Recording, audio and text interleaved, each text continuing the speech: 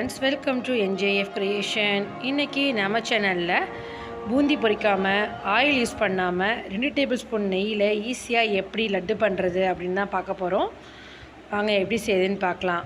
அதுக்கு 1 கப் அளவுக்கு கடலைப்பருப்பு எடுத்து நல்லா 2 தடவை வாஷ் பண்ணிட்டு அதை ஊற வச்சுக்கலாம். இது அப்படியே 3 மணி நேரம் ஊறட்டும்.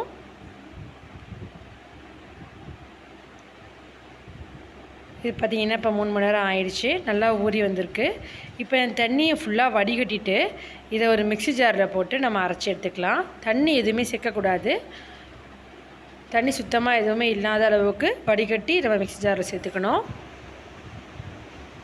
நம்ம பூந்தி பொரிச்சு லட்டு பண்ணும்போது அது சரியாக சில பேருக்கு செட் ஆகாது. எனக்குமே பார்த்திங்கன்னா அது அவ்வளோதுக்கு செட் ஆகாது.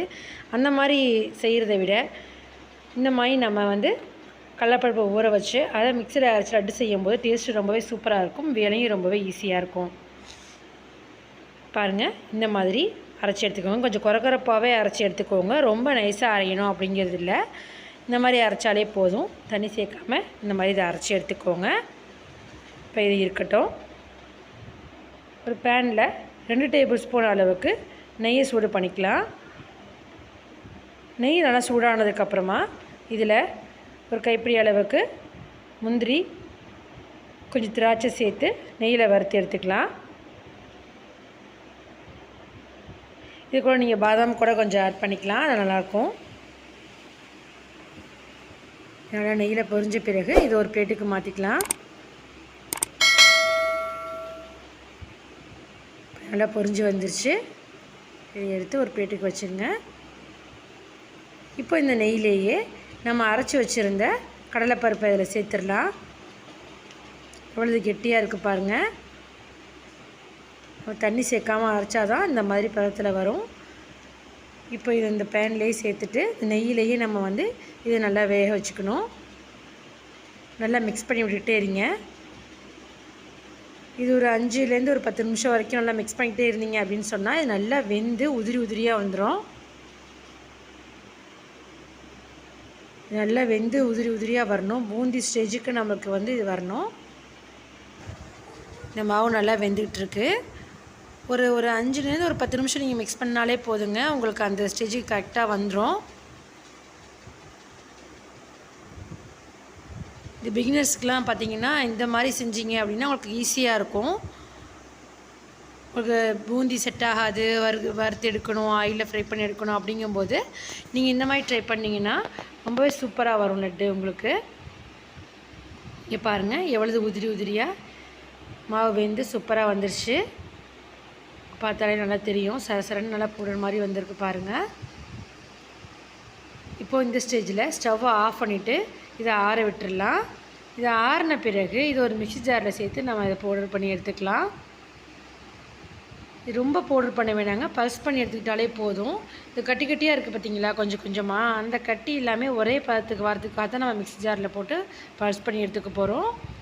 இப்போ இது இருக்கட்டும். இப்போ சுகர் சிரப் ரெடி பண்ணிக்கலாம். அதுக்கு நம்ம 1 கப் கடலைப்பருப்பு எடுத்துருக்கோம் இல்லையா, அதுக்கு 1 கப் அளவுக்கு சுகர் எடுத்துக்கணும். இப்போ இதில் 1/2 கப் அளவுக்கு தண்ணி சேர்த்து மிக்ஸ் பண்ணி விட்டுட்டு ஸ்டவ்வை ஆன் பண்ணிக்கோங்க. இப்போ ஸ்டவ் ஆன் பண்ணிக்கலாம். பாருங்கள் நல்லா கொதித்து வந்துட்டுருக்கு. இந்த ஸ்டேஜில் கொஞ்சமாக ஃபுட் கலர் ஆட் பண்ணிக்கலாம்.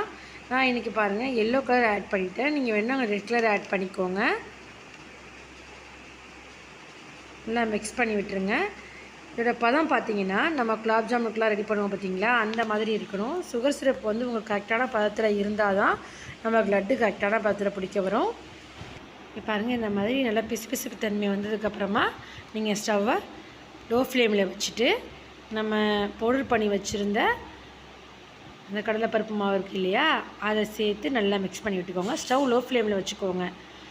லோ ஃப்ளேமில் வச்சுட்டு நல்லா ஒன்று சேர மிக்ஸ் பண்ணி விட்டுருங்க. சுகர் சிரப்பில் நல்லா இது வெந்து வரணும். ஒரு 5 நிமிஷத்துக்கு நல்லா மிக்ஸ் பண்ணிக்கோங்க.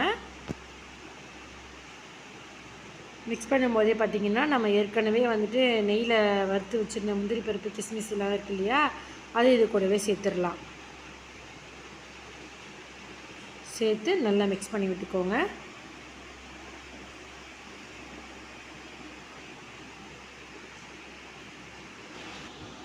நல்லா மிக்ஸ் பண்ணியாச்சு. உங்களுக்கு ஏலக்காய் பொடி பிடிக்கும் அப்படின்னா, அந்த ஃப்ளேவர் பிடிக்கும் அப்படின்னு சொன்னால் நீங்கள் ஒரு 1/4 டீஸ்பூன் அளவுக்கு ஏலக்காய் பொடி சேர்த்துக்கோங்க. எங்களுக்கு அவ்வளோதான் பிடிக்காது, அதனால் நான் கொஞ்சமாக ஏலக்காய் பொடி தூவிக்கிறேன். நல்லா மிக்ஸ் பண்ணி விட்டுருங்க. இந்த மாதிரி மிக்ஸ் பண்ணும்போதே நல்லா தெரியும், லட்டு பிடிக்கிற பதம் வரும் இல்லையா, அந்த பதம் நல்லாவே தெரியும் நம்மளுக்கு. அந்த ஸ்டேஜில் வந்துட்டு நீங்கள் ஸ்டவ்வை ஆஃப் பண்ணிக்கலாம். ஆஃப் பண்ணிவிட்டு ஆற விட்டுக்கோங்க. இப்போ கொஞ்சம் ஆறிடுச்சு. கை பொறுக்குமான சூடு இருக்கும்போது நீங்கள் வந்து லட்டு பிடிச்சிக்கலாங்க. ரொம்ப சூடாக இருக்கும்போது லட்டு பிடிக்க முடியாது இல்லையா, அதனால் கை பொறுக்குமான சூடு இருந்தாலே போதும், லட்டு நல்லாவே பிடிக்க வரும். ஆறிடுச்சுன்னா லட்டு பிடிக்க வராது அப்படின்லாம் நீங்கள் யோசிக்காதீங்க. இப்போ கையில் கொஞ்சமாக நெய் தடவிட்டு இதை இந்த மாதிரி நம்ம லட்டு பிடிச்சிக்கலாங்க. அப்போ தான் நெய் வாசனையோட லட்டு ரொம்பவே சூப்பராக இருக்கும். பாருங்கள் எவ்வளோ சூப்பராக வந்திருக்கு லட்டு அப்படின்னு. கொஞ்சம் கூட வித்தியாசமே தெரியல, பார்க்கவே ரொம்ப சூப்பராக இருக்குல்ல. டேஸ்ட்டு அதே மாதிரி ரொம்பவே நல்லாயிருக்கும். இதே மாதிரியே நம்ம எல்லா மாவையுமே லட்டு பிடிச்சிக்கலாங்க. அவ்வளோதான், பாருங்கள் எவ்வளோ ஈஸியாக நம்ம லட்டு ரெடி பண்ணியாச்சு. நம்ம ஆயில் எதுவுமே யூஸ் பண்ணாமல், பூந்தி பொரிக்காமல் ஈஸியாக லட்டு ரெடி பண்ணியாச்சு. இந்த தீபாவளிக்கு எல்லோரும் கண்டிப்பாக ட்ரை பண்ணி பாருங்கள். இந்த வீடியோ பிகினர்ஸுக்கு ரொம்பவே யூஸ்ஃபுல்லாக இருக்கும் அப்படின்னு நினைக்கிறேன்.